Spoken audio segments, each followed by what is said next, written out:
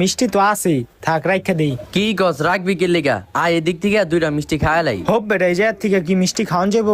বেটা আঙ্গো রাখতে কইছে আর আমরা খায়ালাম বেটারে না কইয়া। আরে বেটা মাইসে মিষ্টি আনে কি লিগা? কোনো খুশি খবর পাইলে হয়তো এই বেটা কোনো খুশি খবর পাইছে লেগা মিষ্টি লয়ে যাইতাছে। আমরা এদিক থেকে দুইটা খাইলে কিছু হইব না। কথা খারাপ কস্তাই, আয় দুইটা মিষ্টি খায়ালাই।